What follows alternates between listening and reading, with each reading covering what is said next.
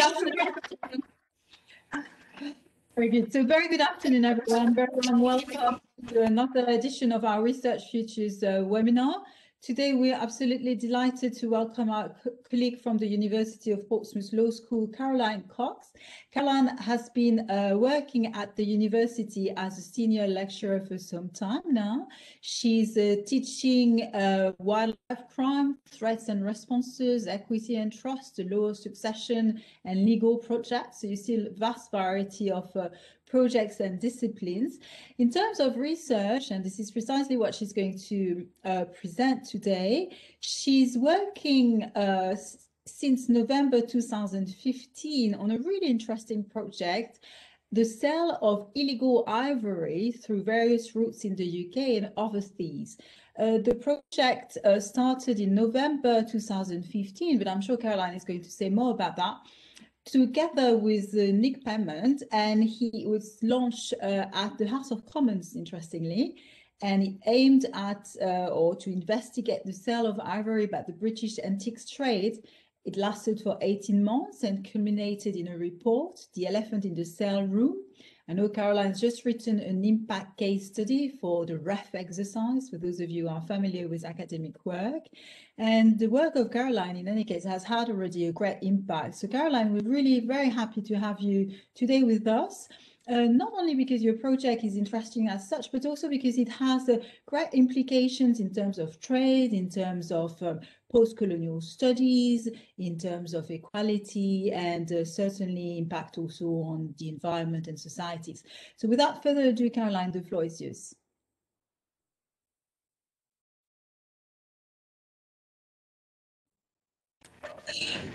Can you hear me? Excellent. Thank you very much, Layla, and thank you everyone who's taken the time to join us this afternoon. So I'm going to be talking a little bit about a project that we recently finished, and this project is really a pilot. So the next stage of the project, which hopefully I'll have a few moments to tell you about at the end, I think is going to be even more interesting because we'll be working with some incredible scientists from the University of Portsmouth using cosmology research to find illegal ivory online. So let's move the slides on. This is, as Layla mentioned, I'm a lawyer, and so I kind of always feel I need to start my talks with a little bit of law. And for the illegal wildlife trade generally, and more specifically for the illegal trade in ivory, the piece of public international law that we're dealing with is called the Convention on International Trade in Endangered Species of Wild Fauna and Flora, which is an awful mouthful. So we call it CITES. That's much easier to cope with. Now, CITES has been around for a long time. It was ratified in 1973, but it aims to ensure that the trade in international trade in species of wild fauna and flora aren't threatened by that trade. So it's an incredibly important piece of international law, and that's underlined by the fact that there are 183 different party nations who are signatories to the CITES Convention. So the illegal ivory trade under CITES is really broken into two. When I think of it, when I personally think of elephants, I think of a species that is greatly at risk and in Appendix 1 of the CITES Treaty, meaning at most risk. In fact, species of elephants are across two appendices to CITES. Yes, there are most certainly elephants that fall under Appendix 1, where any kind of international commercial trade is completely forbidden. And these include a lot of the African elephants, but it doesn't include the elephants that are in Botswana, Namibia, South Africa, and Zimbabwe. They actually fall under Appendice 2. So although the trade isn't prohibited in ivory from these elephants, it is strictly monitored and very strictly controlled by permits. Now, one thing that's always worried me about the appendices for elephants under the CITES Convention is that, you know, elephants aren't like ponies. You can't put them in a paddock and they'll stay there. Elephants are migratory creatures, and there's a very ancient and historic migratory route across particularly the southern African states that these incredible animals go on every year. So they move between countries. They don't stay where they're meant to. So I think it's quite extraordinary that we do have these this split for elephant species. But today, really, I wanted to focus on the online illegal trade in elephant ivory. Back in 2018, I4 published a report that looked at the scale of the online illegal wildlife trade. And I think the most important thing that came out of the report was the fact that they saw that the illegal wildlife trade was alive and kicking online, and that 1/5 of the products being advertised online, calling itself bone, was in fact elephant ivory. Now, at around about the same time that I4 were doing their report, we also, at the Ivory Project at the University of Portsmouth, we were also doing our own investigations, not to the same scale, I have to say, but doing our own investigations regarding the online sale of ivory through just one online trading platform. And it's a trading platform that I'm sure all of you are very, very familiar with. It's called eBay. So eBay, very well known, of course, it's absolutely massive corporation. And we thought that it would be very interesting to track sales on eBay of items that were being offered for sale purporting to be bovine bone that were actually ivory. And the reason I was very interested to think about this was back in 2019, eBay actually banned the sale of all ivory through its platform. So I thought, well, won't that be interesting just to see how effective that ban really is? So that's how we started.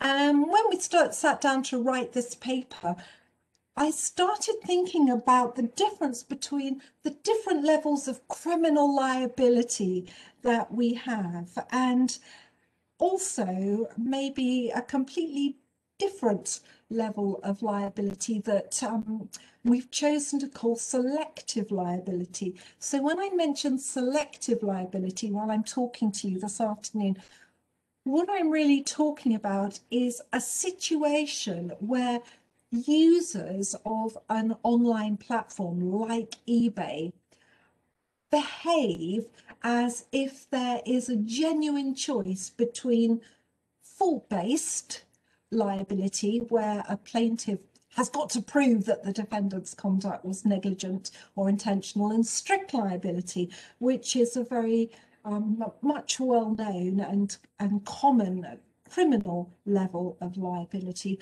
where you are legally responsible for the consequences of your action, even if you didn't have criminal intent. So you are liable come what may, because it is a specific type of crime that you're committing. And I was very interested in how online users behaved when it came to this. And one way we sought to investigate this was to look at the sales of other things that eBay offer. So yes, I know that there's ivory for sale. We've managed to prove that. But what about guns? What about Nazi memorabilia? They are equally as illegal as ivory. Does eBay do any better in stopping the sale of these items through their website? Now, what's very interesting is that unlike ivory, it's very rare for you to be able to find guns for sale on eBay. It is actually similarly pretty rare for you to be able to find genuine Nazi memorabilia for sale on eBay. And that made me think that there must be something that is making users of eBay adapt their behavior. So in other words, users' behavior is aligning in some way to a strict liability offence, even if it is not a strict liability offence. So that really moved us on to thinking that online sellers using an online auction website like eBay respond to negative public sentiments towards the sale of a certain type of good. And there's been quite a lot of research done, not necessarily by lawyers, but you know, other areas of academia that shows this to be the case. If we don't like it, they won't buy it. And so we thought that that was an interesting thing to consider in this product, in this paper. And that was very much underlined by a case that happened in 2000, and it's Lycra versus another online media giant, Yahoo. So what happened in this case was Yahoo was sued by Lycra, who were the Union of Jewish Students and the International League Against Racism and Anti-Semitism. And those groups were arguing that Yahoo were justifying war crimes and crimes against humanity by allowing anti-Semitic memorabilia to be sold via Yahoo's auction pages. Yahoo lost the case and immediately banned the sale of Nazi memorabilia on their website. eBay very quickly took action as well. I think seeing the writing was on the wall, they very, very quickly introduced new rules for sellers regarding the sale of Nazi memorabilia. So now eBay prohibits the sale of Nazi propaganda, a swastika, anything with a swastika on it, Nazi uniforms and Holocaust-related products. And it is very vigorously and very strictly enforced.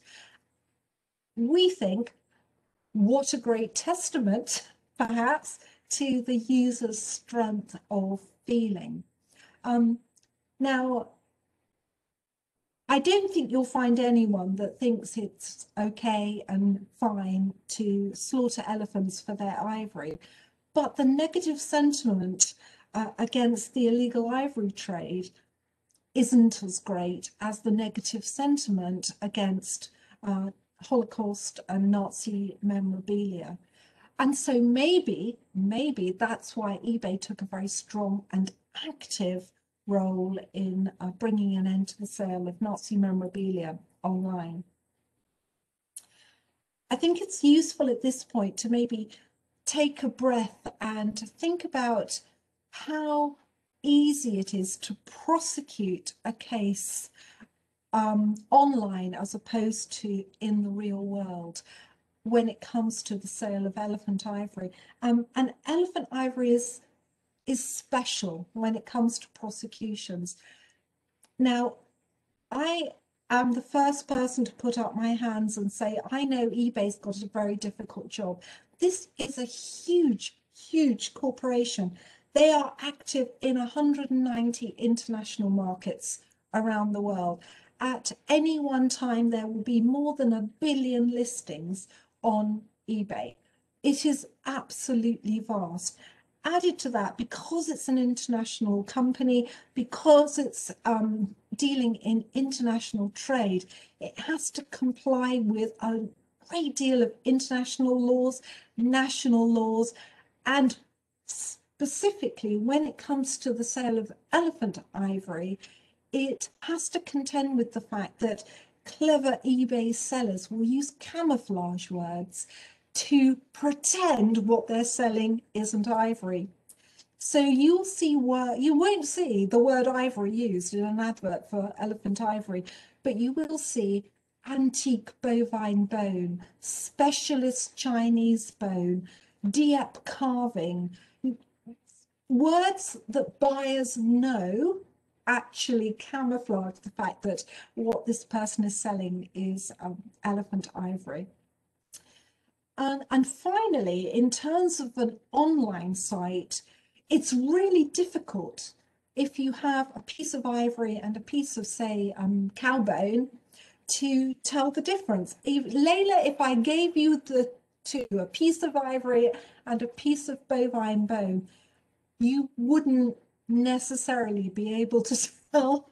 Layla's shaking her head there. You wouldn't necessarily be able to tell which is which, because they are, on first sight, quite difficult to tell the difference between, even if you've got them in your hand. So imagine how difficult it is if you are looking online.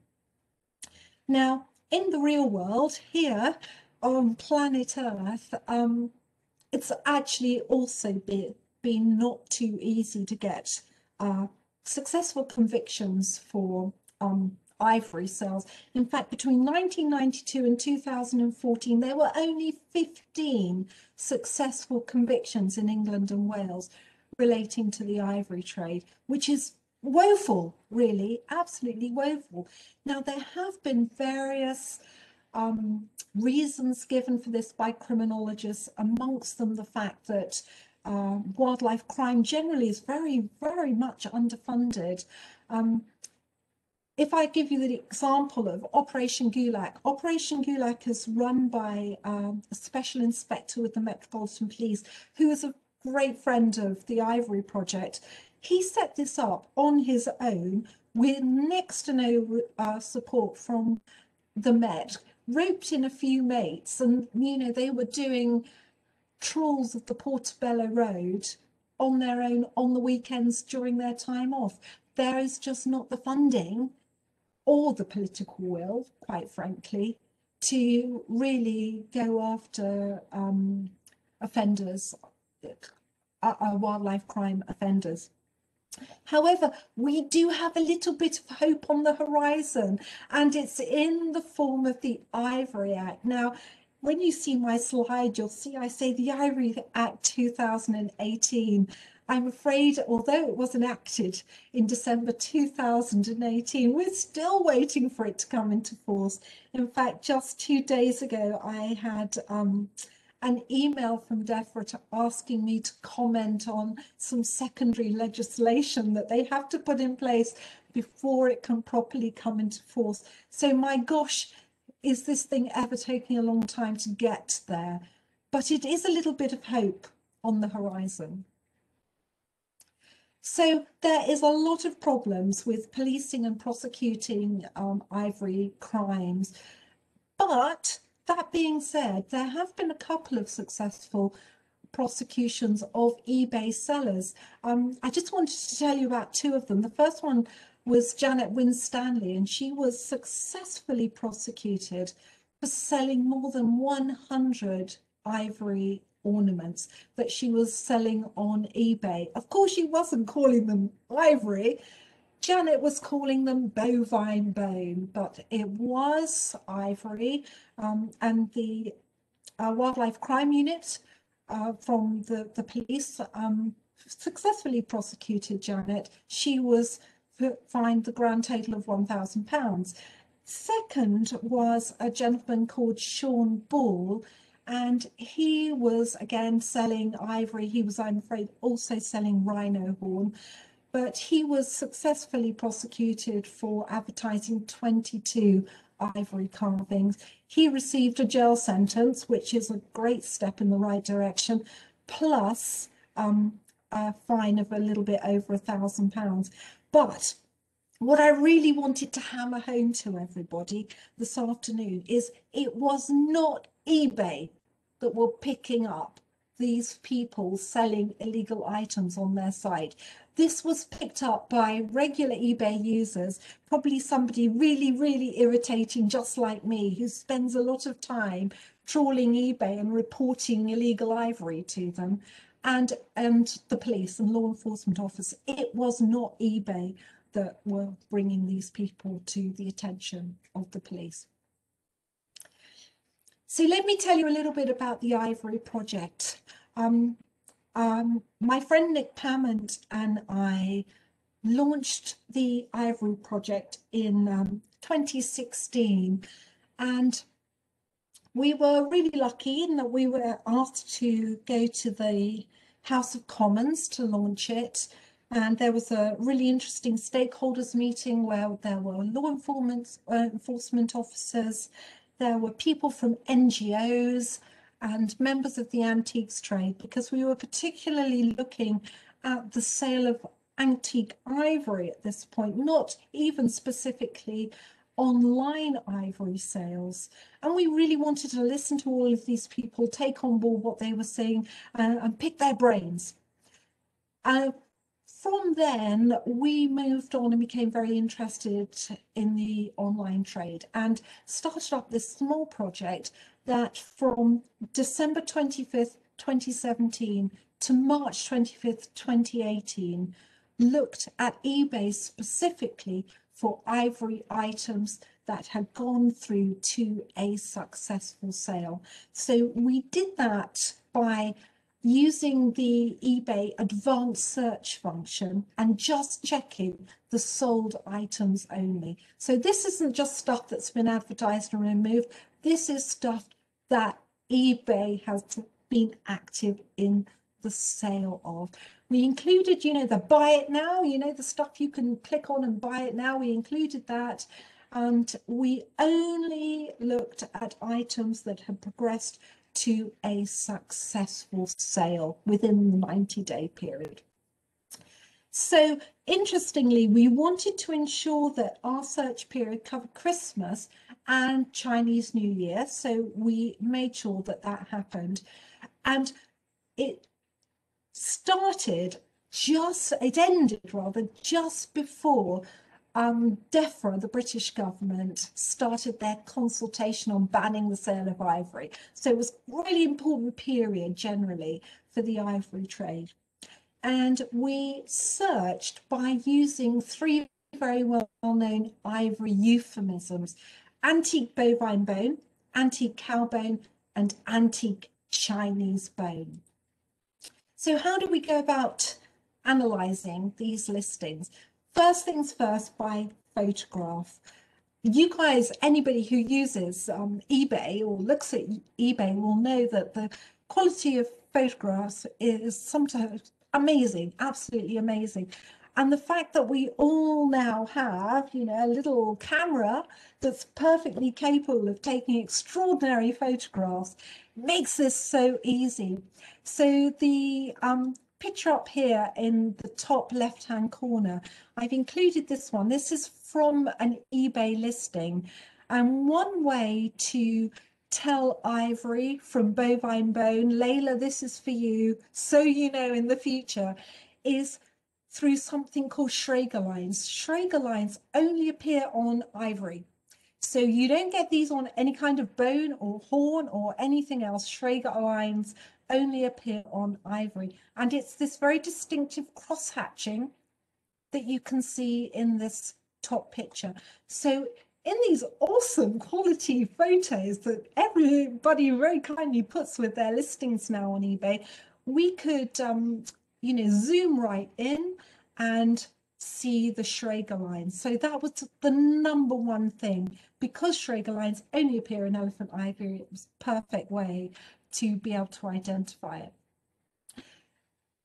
Otherwise, we were looking obviously at the color. You know, ivory has that very authentic traditional color, the creaminess to it, doesn't it?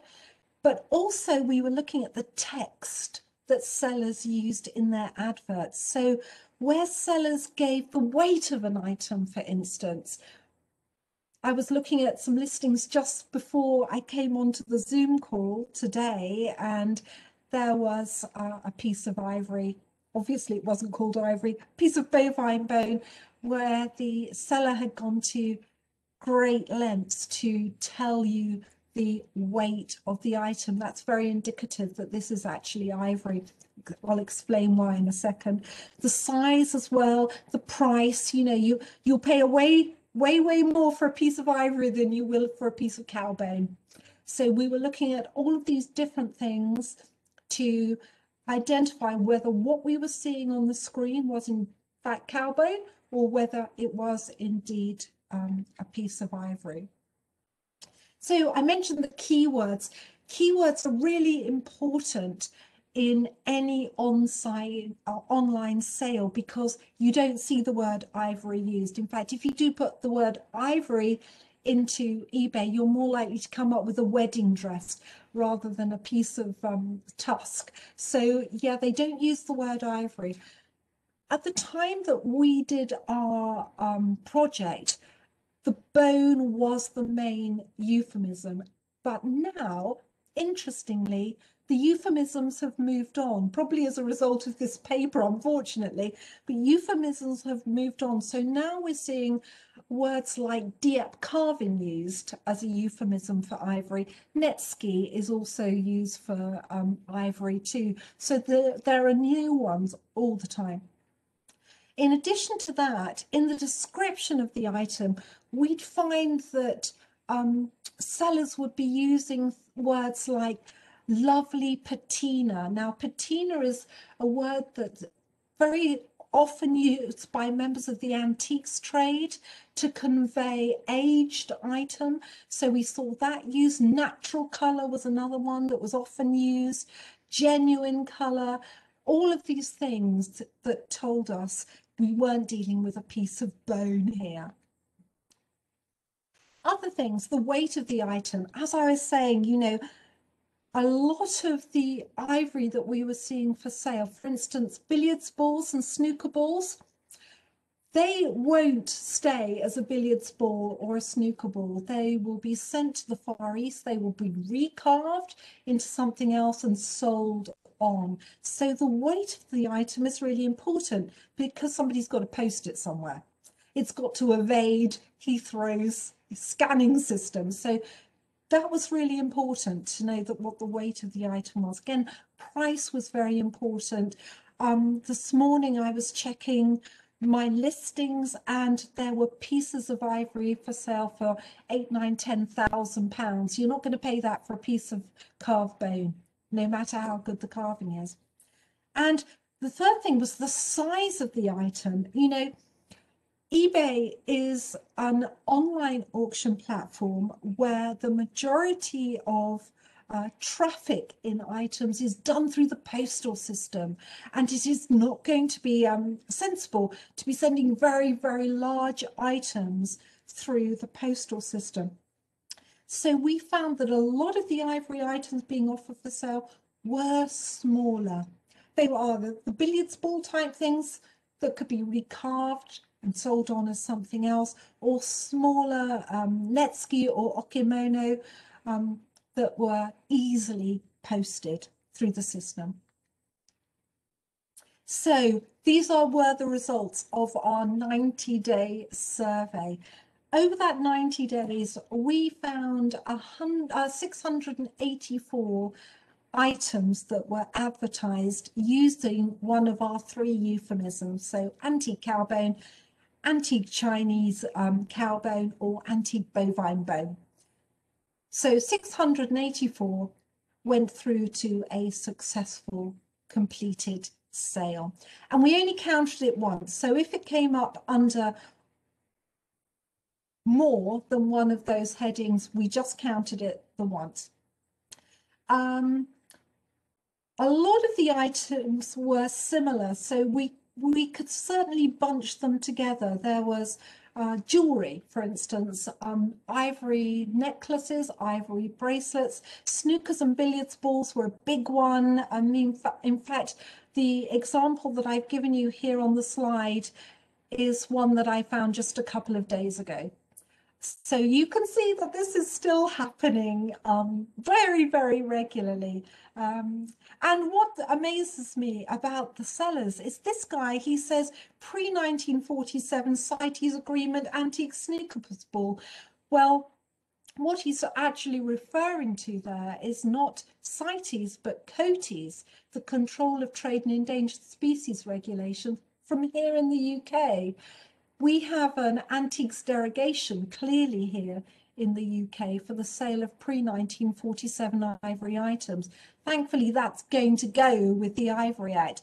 But the fact that this person is highlighting that these bone billiards balls need us ridiculous, extraordinary. Here we go with some results for you. So this is the results for the antique cowboy. We found 46 items recorded under antique cowbone with a total sales revenue for that category of £4,003 or just over.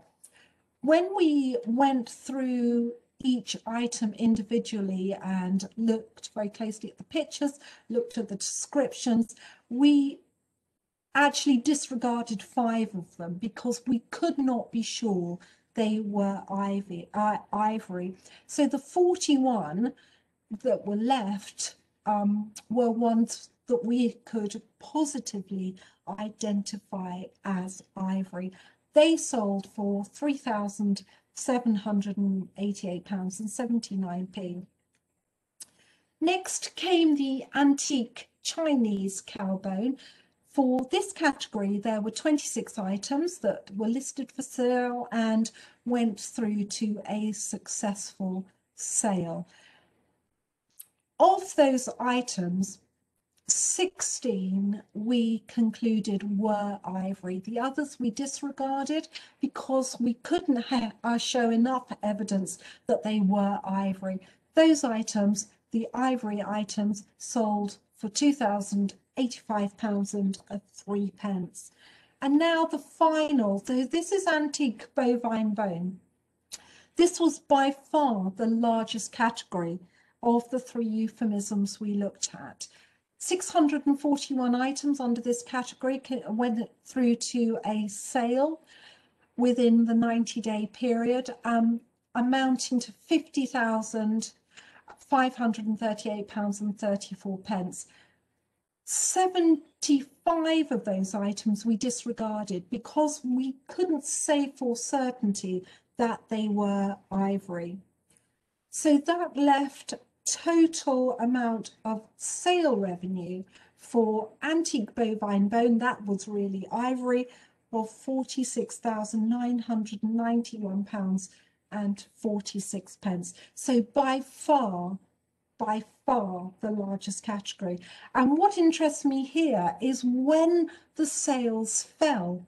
So you can see here that the sales shot right up, I mean, doubled in volume in the last months of our 3 months that we monitored eBay.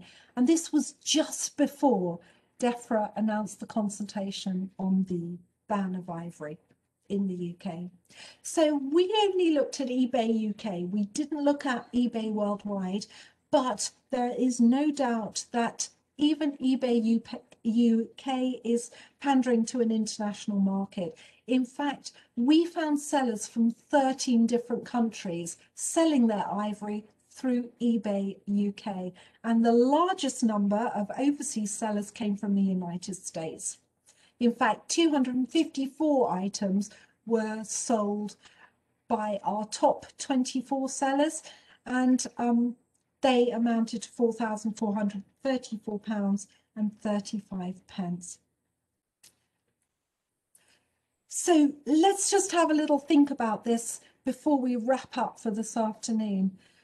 Over our 90-day search period, I'm sorry to tell you that we found sellers selling ivory in contravention of eBay's own policy.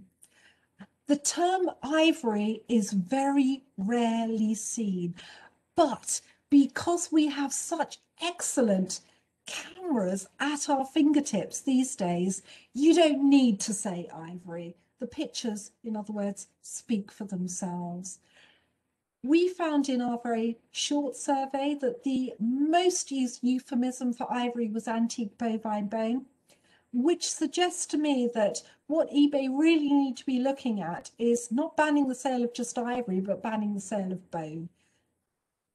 During our search period, a total of £46,991 worth of ivory was sold, and it was sold as bovine bone.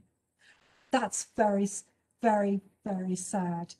Over the same period, real bovine bone from an actual cow, there was some, it sold for £3,500. So what's all of this worth to eBay? Well, the way eBay works is you generally pay a listing fee and then a commission when the sale's gone through. Now, sometimes this differs because very active users of eBay get special deals, £1 listings, that sort of thing. But I mean, taking that out of the equation, because it would have been very difficult to ascertain who was getting a £1 listing and who wasn't.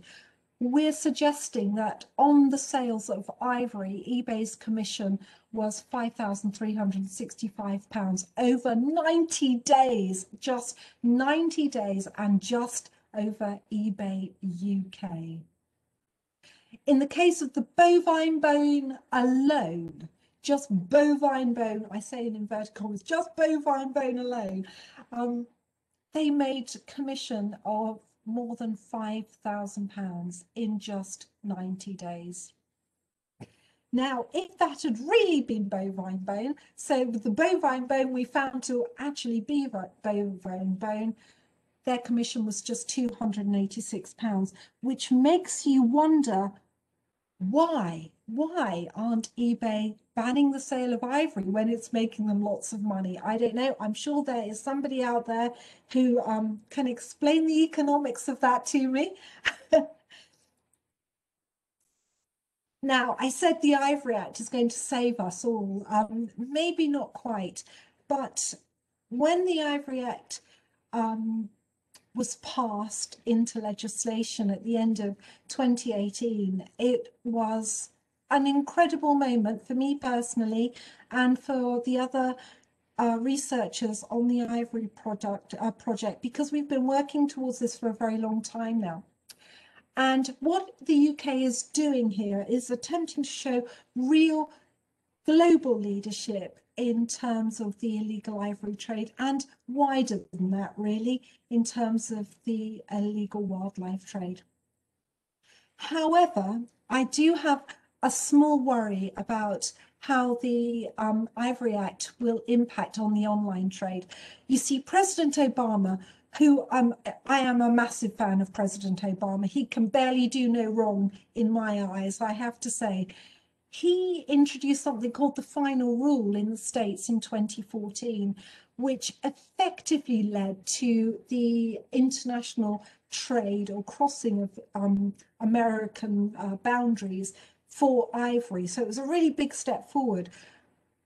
What did America see happen? They saw the trade in ivory go online. So what I'm worried about and what I'm suggesting to you this afternoon is that we may see something similar with the enforcement of the Ivory Act. Are we going to see it coming off of the shelves and onto something like eBay, where it can simply masquerade as Cowboy, just like it does right now? That's a really big concern for me. So my final slide, here you go, eBay, the ball's in your court. What we need to do as researchers, and what we will continue to do in the Ivory Project, is make life very difficult for online auction platforms. So we're just about to start a new project with colleagues at the Institute of Gravitation and Cosmology at the University of Portsmouth, where their amazing minds that are being put to great use finding ivory online through pictures only. They've done it for galaxies. They said we could do it for ivory. So bless their hearts, that's what they're going to do. The Ivory Project also works very closely with the Metropolitan Police Service, and we're continuing a project with them, training their officers in identifying ivory online and in the real world, so that hopefully we can get more prosecutions. There is this incredible group called the Global Coalition to End Wildlife Trafficking Online, and eBay are actually members of that. So you know, they're saying the right things. You know, they're saying the right things, but we need action. My big thing for eBay is if they simply ban the sale of bovine bone, look at the amount of ivory that would be wiped off of their site. They need to be much more with it. They need to keep on the software. They need to be talking to people like me and my colleagues. I just saw Jack is here, Jack Reed from ICJS. Jack and I have worked together for years now, saying this thing over and over again. They need to work with people like us, and we will share our research with them. So please, eBay, ball's in your court. Please do something about this. Thank you very much. Thank you, Layla. Thank you so much, Caroline. That was fantastic, fascinating, so very interesting. I also love the way you explained and talked. I'm sure your students must love you as a lecturer, because it's really very interesting and to some extent entertaining as well, you see. So I have plenty of questions for you. I'll start with Sue, because I see that we are receiving lots of questions as well in the chat box. Two first questions, a comment. You know, everything you said about liability, responsibility reminds me of discussion we have for the past maybe 20 years in a business and human rights environment, a group in which I'm quite, you know, integrated myself. So it's quite technical in a way, and yet at the same time, it's relatively simple. We don't have any international court to adjudicate all that, no international jurisdiction. So where do we go? We have to rely on national bodies. So I was wondering, which jurisdiction, from what you could see, is the most active? Is it in the UK? Is it elsewhere in the world? That's my first question. Well, in terms of eBay sales, of course, because the platform is eBay UK, it means that if the seller is here in the UK, for instance, I had a situation maybe a month or so ago, Layla, where we found a large amount of ivory that was being sold through eBay UK, but the seller was in America. So, of course, my contact at the Met said, I'd love to take this guy down, but I can't, because he's outside of my jurisdiction. And that is that you raise a really, really important question. These are all cross-jurisdictional issues, because it is, in essence, international trade issues. That's all it is. Where you have a seller in one country and a buyer in another, where do you start the prosecution? So I would love to see an international court that would be willing to take on and deal with this. I think the problem is always it's about money and political will. Right now, I think this is a great time for the UK, because we have COP coming up here later in the year. 2 years ago, we hosted the Illegal Wildlife Trade Conference in London, and a lot of good words were said by a lot of great people who genuinely want to change things. But even when you're listening to Prince William, bless his heart, or Michael Gove, not quite so bless his heart, but these amazing people who really could do something, I think even they feel that it's too much, too big, too hard, too difficult. So all that we can do is to continue highlighting this thing, because if there is one organization that can change the way its users behave, it's eBay. They're the guys that are providing the platform. So I don't think we need an international court to deal with them. We need them to police themselves. Yeah, it's a never-ending discussion again with these companies. Again, a very good example in a business and human rights context, because they have, I'm sure, a Mrs. or Mr. Human Rights. They have human rights guidelines, and they show some willingness, but actually nothing really happens. The second question, and then we move to your to the questions we were receiving in the chat box. The second question, I was just wondering, because you gave us a number of examples, but they seem relatively small and simple. Is it like more organized crime, or is it just you and me selling my grandmother antique? It depends on how you're defining organized crime. Really, Layla, because we follow, and I certainly follow sellers on eBay who are constantly listing illegal wildlife trade products. So they know what they're doing. They know their piece of bovine bone is ivory. They know that. Of course they know that. Is that organized crime, or are you talking about sort of mafiosi type organized crime? I don't think there's any real evidence that big scale organized crime is involved in this in the online sale of ivory via something like eBay. Now, whether or not the next project, the one that we're doing, working with the guys in the cosmology department, that's going to be looking a little bit wider. So not just eBay, but also Facebook and Instagram. Something different may come out of that. But I don't think there's really any indication as far as eBay goes that there's big scale organized crime in the way maybe the questioner is thinking about organized crime. But is it organized in the sense that these people know they're selling an illegal product? They have a lot of it that they're selling continually? Yes, then it is. Okay, thanks very much, Caroline. We have a number of questions. The first one from Olga. Do British police intervene, and are they willing to prosecute those sellers? If they are, 24 top ones, it should be fairly easy to identify and verify if they are guilty of illegal trade. What do you think? Yes.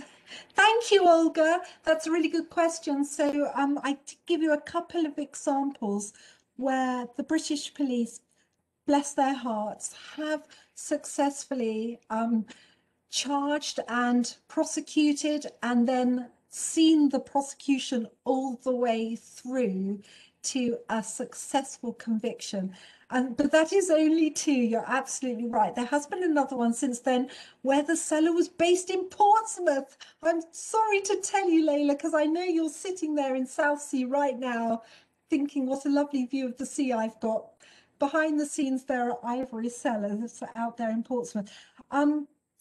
But in seriousness, Olga, for the police, you're dealing with an organization that is under a lot of pressure, societal pressure, monetary pressure, a lot of pressure generally.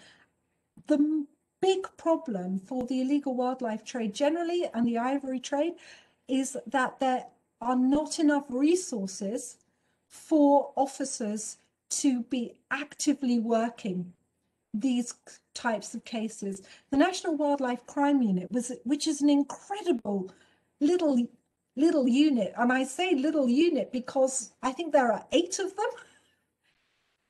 And this is the National Wildlife Crime Unit. You know, London's Met Police, their wildlife crime unit has two officers. That's it. That's it. So I have no doubt they would be doing more if there were resources to train their officers and to recruit officers with an interest in this particular area. But there is not the money. That's what I hear over and over and over again from the Met and from my friends in the Met. There just aren't the resources. It's super interesting, Caroline. And for those of you who were here with us last week, we had this discussion about economic crime, and our presenter was saying just the same. There are so very little people in charge, actually, and so it's a bit of a pity, really. Another question from Olga, and a really interesting one. Olga says possibly a rhetorical one, but I don't think, on the contrary, it's rhetorical. How can we effectively ban the sale of ivory in most British museums and most museums in the world, ivory objects are celebrated and admired? Is it right to show us objects of art that are forbidden to purchase now? It is related to colonialism, the colonial power, acquired items, and now they're telling us that we should not. What do you think about that? I think what a brilliant question. Olga, I am very lucky that I'm married to an antique specialist. So an awful lot of really beautiful stuff comes through our house, which is really lovely. And so I think I'm probably quite well educated by Alistair on lots of culturally important items. Ivory is a culturally important material, a very important material.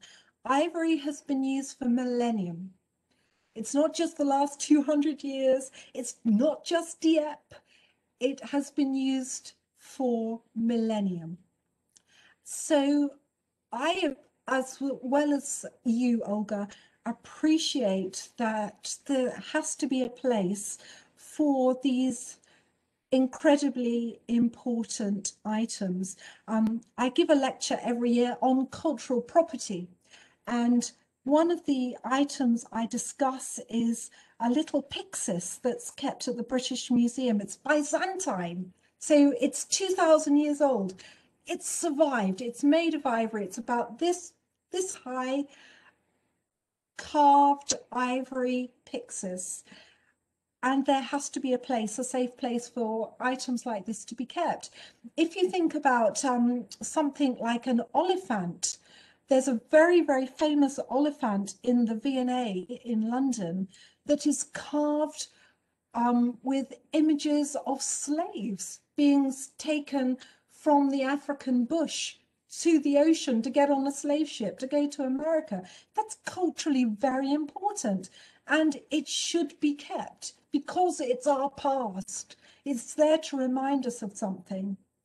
But I can very easily put the cultural items on one side and the modern ivory on another. So I don't see the two things in any way the same. When I look at the oliphant at the V&A or the pyxis at the British Museum, I don't look at those and think an elephant died for you, because at the time those were created, there were a lot more elephants than there are now. And when I look at a piece of ivory that's being offered for sale on eBay that is very new ivory, certainly post 1950, 60 ivory, that makes me angry, furious, that an animal has been slaughtered so that some idiot can carve it into an object. So rhetorical, not at all. No, Olga, I think it's a very good point. We need to see these items because ivory is a cultural material and it has been used for millennium. But I can differentiate that from modern ivory. Indeed, Caroline, and I think this would call for maybe another webinar with you. The idea that without relativizing anything, culture matters. You can't really do history or culture, right? We have a history. This is the history we have, as you said, for millennium, for centuries. It's not about limiting it, it's putting things into perspective, right? You're absolutely right. And this has been acknowledged in the new Ivory Act, Leila. So the new Ivory Act allows for 5 types of items that fall outside the legislation, and one of them is culturally important items. So, you know, I think as a nation, we need to accept our past, and we need to acknowledge our past, and these items do that. They force us to do that. Exactly. Thank you so much, Caroline. Another really important question from Tony. From a human rights perspective, what are the adverse effects of origin? Could you repeat that, Layla? Sorry, I got a... From a human rights, that's a question from Tony, another really interesting and important question. From a human rights perspective, what are the adverse effects of illegal ivory trade in the countries of origin? Oh my goodness. So this is something I've been thinking about this last week, actually. Can I tell you very briefly about the first time I went to Africa? So Alistair and I went to South Africa back in 2005, a long time ago. So it doesn't seem possible. It's that long ago. And we went to stay at a private concession in the Kruger National Park.